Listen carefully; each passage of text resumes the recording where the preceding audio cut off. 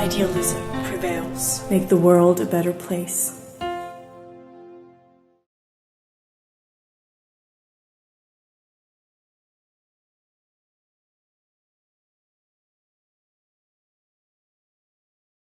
Hello and welcome to our podcast here at WIPEC, dealing with the Ukraine-Russian war. As always, I welcome political scientist and expert for Eastern Europe, Professor Gerhard Mangott. Good morning. Good morning. It's the end of June 2023, and we are well into Ukraine's long-expected summer offensive to take back the country from the Russian occupiers. What are the latest news and how is the offensive going in your way? Well, maybe some have expected that the counteroffensive, which roughly started 3 weeks ago, would produce an immediate victory for Ukraine on a broad segment of the front. This has not materialized, but I think this expectation had been wrong from the very start. The Ukrainian armed forces have tried to seize territory on various segments of the front, particularly in Zaporizhia and in Donetsk, these two Ukrainian regions. Well, according to their own statements, they have regained control over about 140 square kilometers.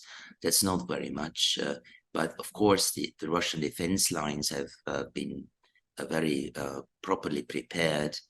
They have anti-tank trenches, they have anti-tank installations, they have minefields. So it's difficult for the Ukrainian forces to move forward. And so this slow pace of regaining control over Russian occupied territory is no surprise. We have to say, though, maybe a little bit more could have been expected. Even President Zelensky says that we have wished for more. But it would be much too early to say that the Ukrainian counteroffensive is failing. That's absolutely not true, because it's at the very start that Ukrainians have not made use yet of all their weaponry, of all their Western-trained armed forces. In my view, the Western media put quite a lot of pressure onto the Ukraine with all the expectations they raised into this offensive. Military experts like Oberst Reisner and also, like you just mentioned, warned over and over again to underestimate the Russians and to overestimate the chances of this offensive, knowing that an attacker needs 3 to 4 times the manpower to overcome a well-prepared defender. What do you think about this media hype in the West? Well, understandably, Western media are, of course, very much in favor of Ukraine in this conflict with Russia, in this war of Russia against Ukraine. That's understandable from a moral point of view, maybe not from the point of view of objectivity. So everybody seems to be of great hope that the Ukrainian counteroffensive will be successful, or not everybody, but many people do.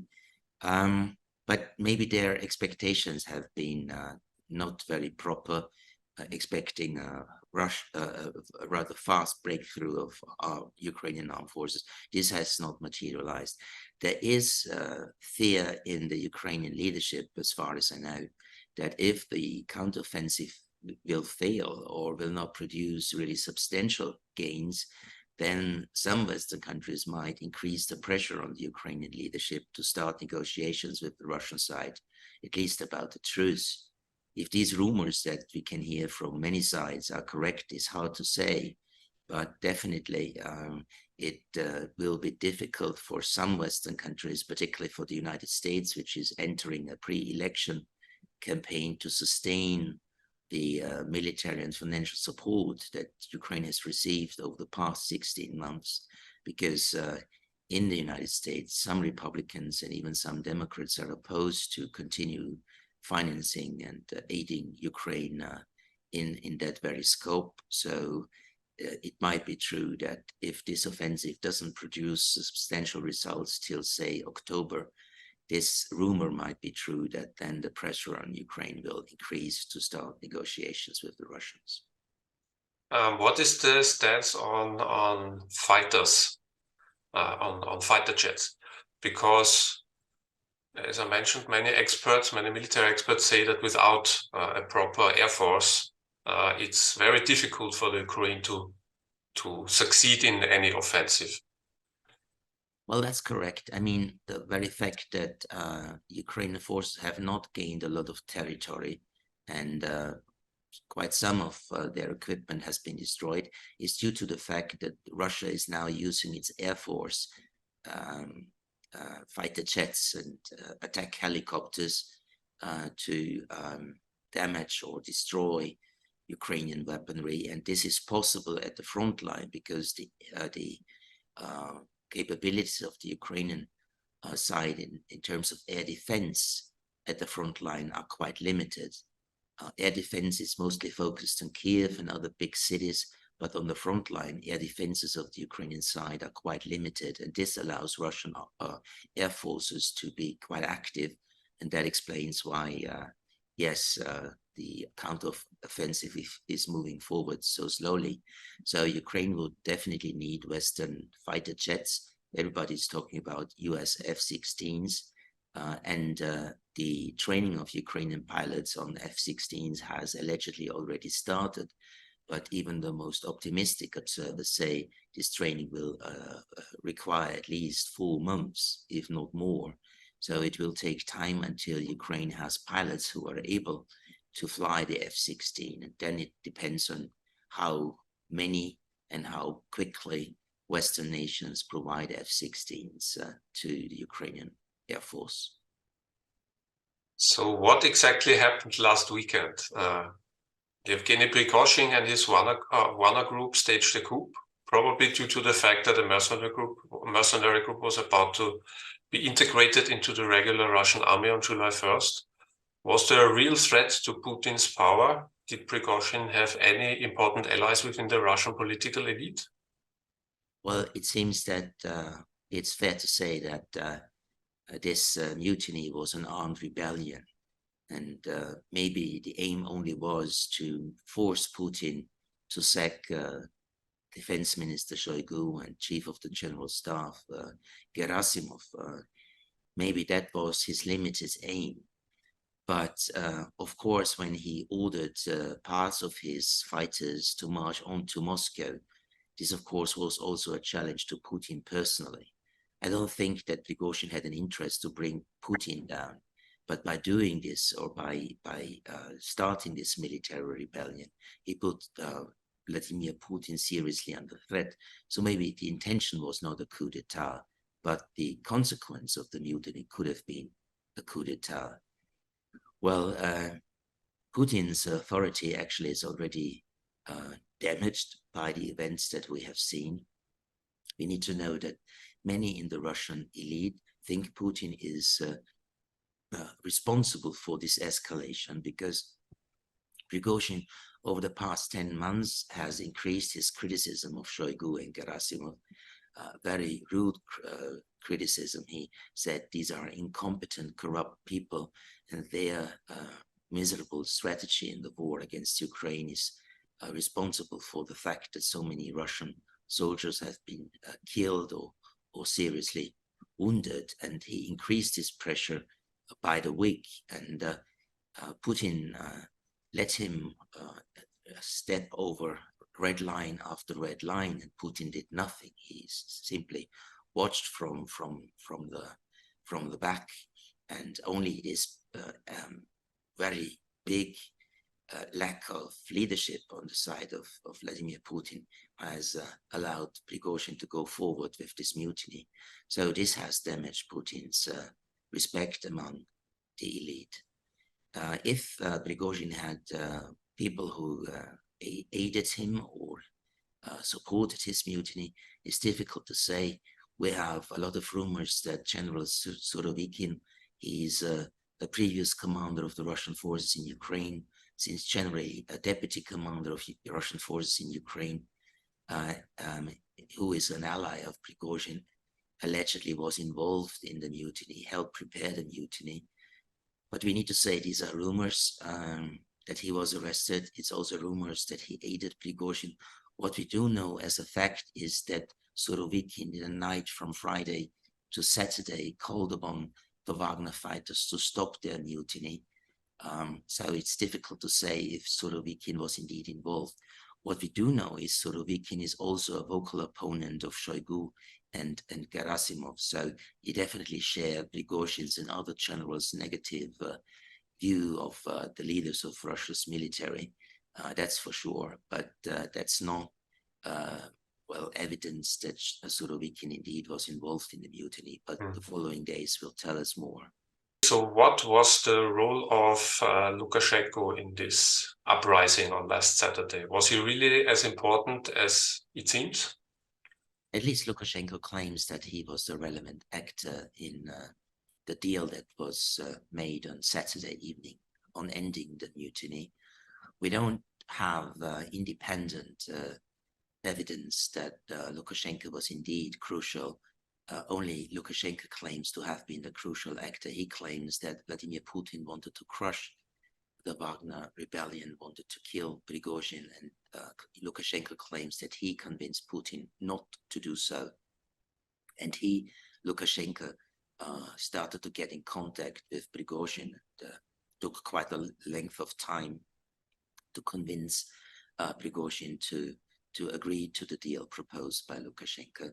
It remains to be seen in the future if we will have further real evidence, independent evidence that Lukashenko indeed was, as I've said, a crucial factor.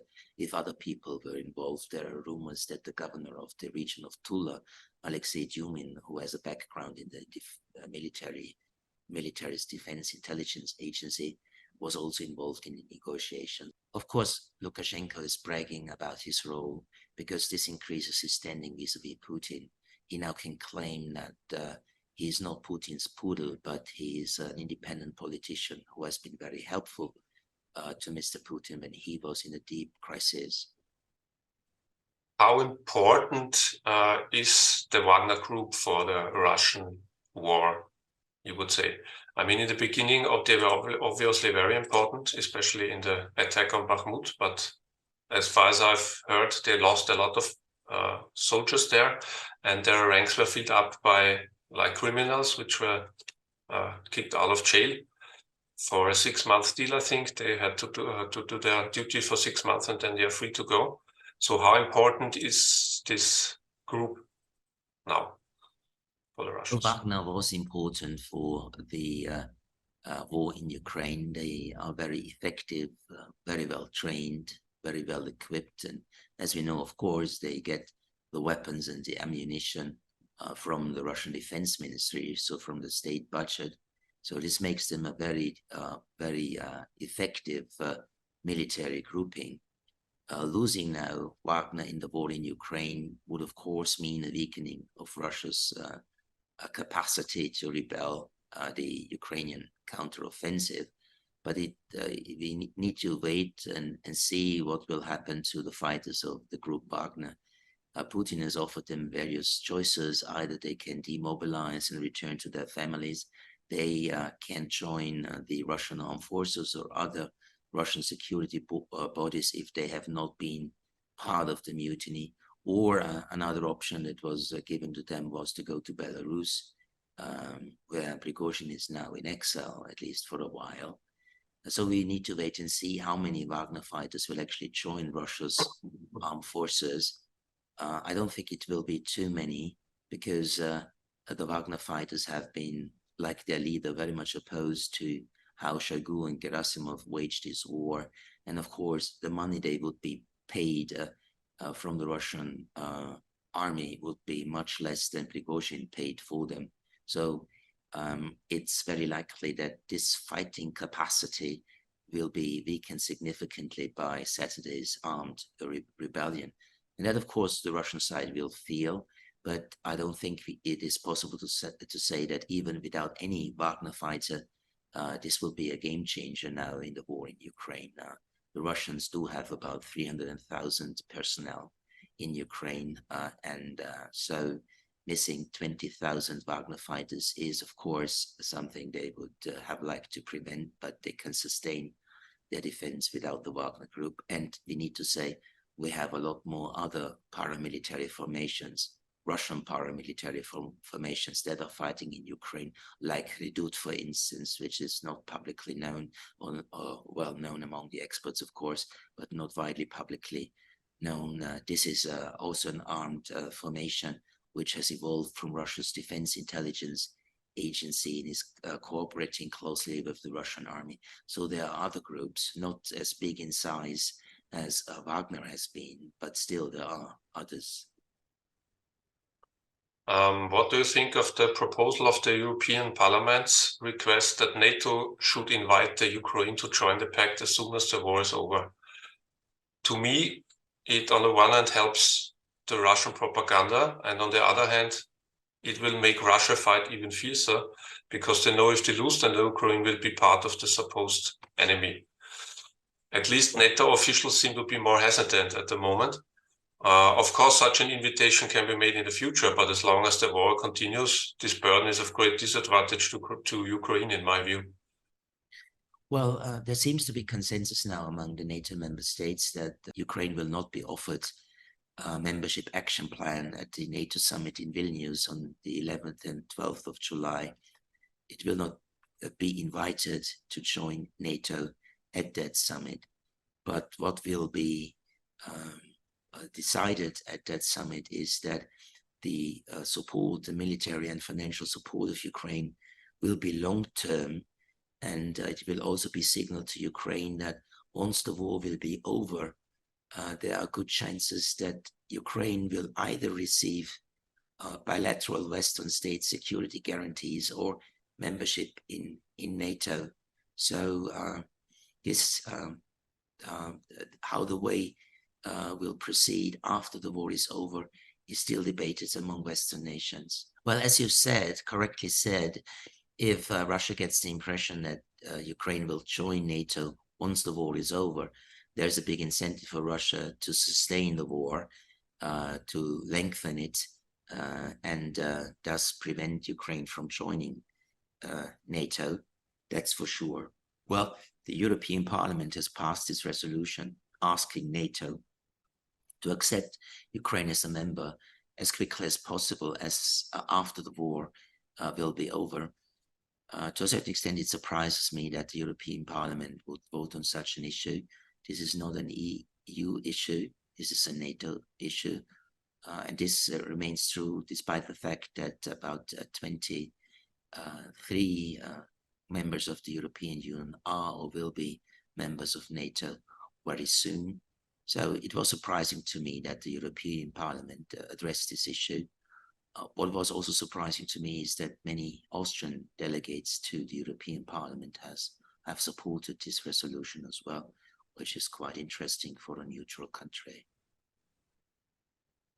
Since the start of the war, we had at least two major attacks on critical infrastructure. One was the bombing of Nord Stream 2, the other one, the most recent destruction of the Kakhovka Dam. Concerning Nord Stream 2, it seems likely that it was conducted by the Ukrainians, and that several secret services might have known in advance that an attack would occur. With the dam, the investigations are undergoing, but many indicatives point to Russia being the culprit. What are your informations on these two incidents? Well, we do know, due to publications in the US media, that the Central Intelligence was aware of the fact that the Ukrainian side was planning an attack on NS1 and NS2, and they have warned the Ukrainian side not to do that. So this is what we definitely know. Well, private investigations by Western media have indicated that there is evidence that Ukraine was involved in the destruction of the gas pipelines. It's difficult to say who had knowledge of these plans, but we don't have now already substantial evidence that it was the Ukrainians.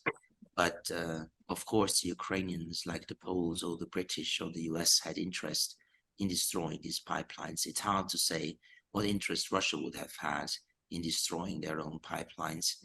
And I'd say if Russia had committed this attack, we probably would have already been informed about that. The very fact that there's still no conclusion about what happened almost a year ago indicates that maybe some countries are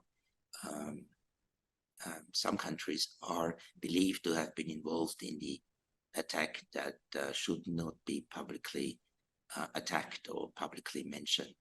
As far as the dam is concerned, there is great likelihood that it was Russian action. Well, the reason why Russian would have made the dam collapse is that with the flooding waters, a Ukrainian counteroffensive from the right bank of the Dnipro River to the left bank, which is still Russian controlled, will be impossible for considerable time. And so the Russians would have had the advantage of, well, shortening the front line, where they would have to be prepared to defend against Ukrainian attacks. But on the other hand, destroying the dam also means that that Crimea will be in a precarious situation as far as water supplies are concerned. And the floods of the destroyed dam have also destroyed Russian defense lines on the left bank of the Dnipro and swept away the trenches, swept away the mine fields. So these are disadvantages for the Russian side as well. This could be a reason why Ukraine committed the attack, namely that Russian defense lines would be destroyed. On the other hand, the disadvantage for Ukraine would be that this will mean long-term undersupply of water for southern Ukraine. So even if Ukraine is able to liberate its territories, these regions will be under water stress for quite a lot of time. And what also speaks against the Ukrainian thesis is that, well, as I've said before, what the advantage for the Russians would be that no counteroffensive of the Ukrainians across the Dnipro River will be possible is, of course, a disadvantage for the Ukrainian side. And military experts say that the dam could only have been destroyed by a detonation inside the dam, but not by artillery attacks from the Ukrainian side to the front of the dam. I personally am not a military expert. I'm not an expert on hydroelectric power stations and dams. So I can just, well, report that most of the observers and experts say this has most likely been Russian action. At the end of the day, of course, whoever it was, this was a serious war crime, one more in this barbarian war. And as I've said, I don't have substantial evidence, but it's more likely that the Russians have committed this war crime. What is interesting to note is that on day one, of course, most European politicians, from Borrell to Michel, from Stoltenberg to Scholz and Baerbock, said Russia is to blame, whereas the United States for a very long time did not actually make public who they think has committed the attack on the dam. That was quite surprising to me. How are the several peace initiatives going? As far as I know, there's one from Brazil, then there's another from African countries who met with Putin quite recently. Is there even the slightest chance of success in this moment in history? As obviously both sides don't want to negotiate.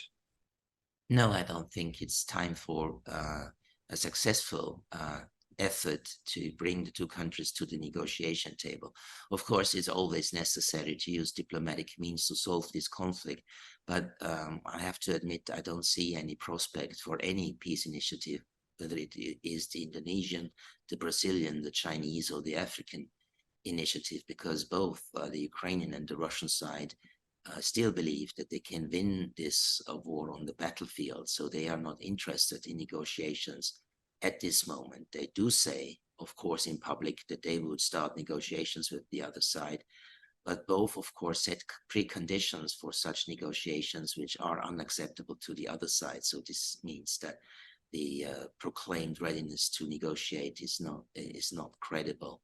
So both believe in victory on the battlefield. And as long as this is the case, we don't see any successful mediation in this conflict. When we ask ourselves how this war could end, we can say a little bit simplified the three options for ending a war. Either a third party intervenes and brings the two warring parties to the negotiation table. Second option is that one of the warring parties is victorious and forces a peace solution on the defeated party. Or third option, both warring parties are exhausted and no longer expect any gains on the battlefield, and then decide to return to the negotiation table. But as far as I can say, we are very far away from any of these three options, while the first option, of course, is the most unlikely to happen. Well, as you already mentioned, we will have a US elections next year, and Donald Trump already said that he will end this war in 24 hours. So we will see how that goes. Let's have a look at the global picture. The BRICS countries are getting more self-assured day by day, it seems to me. South Africa, for example, didn't deny Putin entrance for a BRICS meeting that will be happening, though the West put a lot of pressure on that country. Is Western influence fading around the world in this conflict? We have to say that Russia is definitely diplomatically isolated by the Western countries, but it's not globally isolated. Of course, we need to mention that when resolutions were debated in the General Assembly of the United Nations, and the vote took place on these resolutions, it was about 140 countries which took the Ukrainian side from about 193 nations in this organization. But we had quite a couple of countries who abstained from the vote or didn't take part in the vote. And of course, a couple of countries, not very many, that sided with the Russians. So there in the global south, as it is called, we have a lot of countries who, few of them side with the Russians, but many of them stay neutral, and many of them have not condemned the Russian aggression against Ukraine. And despite Western pressure on countries in the global south, many of them still stick to this position to remain neutral. South Africa has also not condemned the Russian aggression. They have invited Vladimir Putin to the BRICS summit in Johannesburg in August of this year. But as you know, this put the South African government in great difficulties because the International Criminal Court has issued an arrest warrant against Vladimir Putin. And South Africa has ratified the Rome Statute, which is the legal basis for the International Criminal Court. So according to the law, the South African government would have to arrest Vladimir Putin once he enters South Africa. And of course, it's something that South Africa does not want to do despite Western pressure. So we will see if Putin really goes to South Africa, if he just will join the video, or if he will take the risk of getting to South Africa. We have to say 123 countries have ratified the Rome Statute. So Putin's travel plans are limited, of course. There are so many countries where he can't go to anymore. That's, of course, something which is dismay for him, which damages him internationally. But I won't say that Russia is globally isolated, and we need to stress that the West is not the whole of the international system, but there's a very big global West who takes a different position. Okay, to wrap this video up, one last question, especially for you as an expert for Eastern Europe and Russia. Especially in the internet and social media, I read that some in the West hope that after Russia lost the war, the country will be destabilized and breaks up into several smaller states, which can be controlled more easily. What do you think of that idea, which is bearing the risk of ongoing wars between the successor states, obviously, and the question in whose hands all the atomic weapons will land? Well, you know, there's some civil society activism supported by some, particularly Eastern European governments, who argue that Russia should be decolonized, that Russia is still a colony and Russia should be torn into pieces in different states. Officially, no Western country takes this position. And actually, I don't believe that even if Russia loses the war, Russia will fall apart. I don't think so. And what we should definitely not wish for is that Russia actually will be utterly divided politically after a defeat in the war.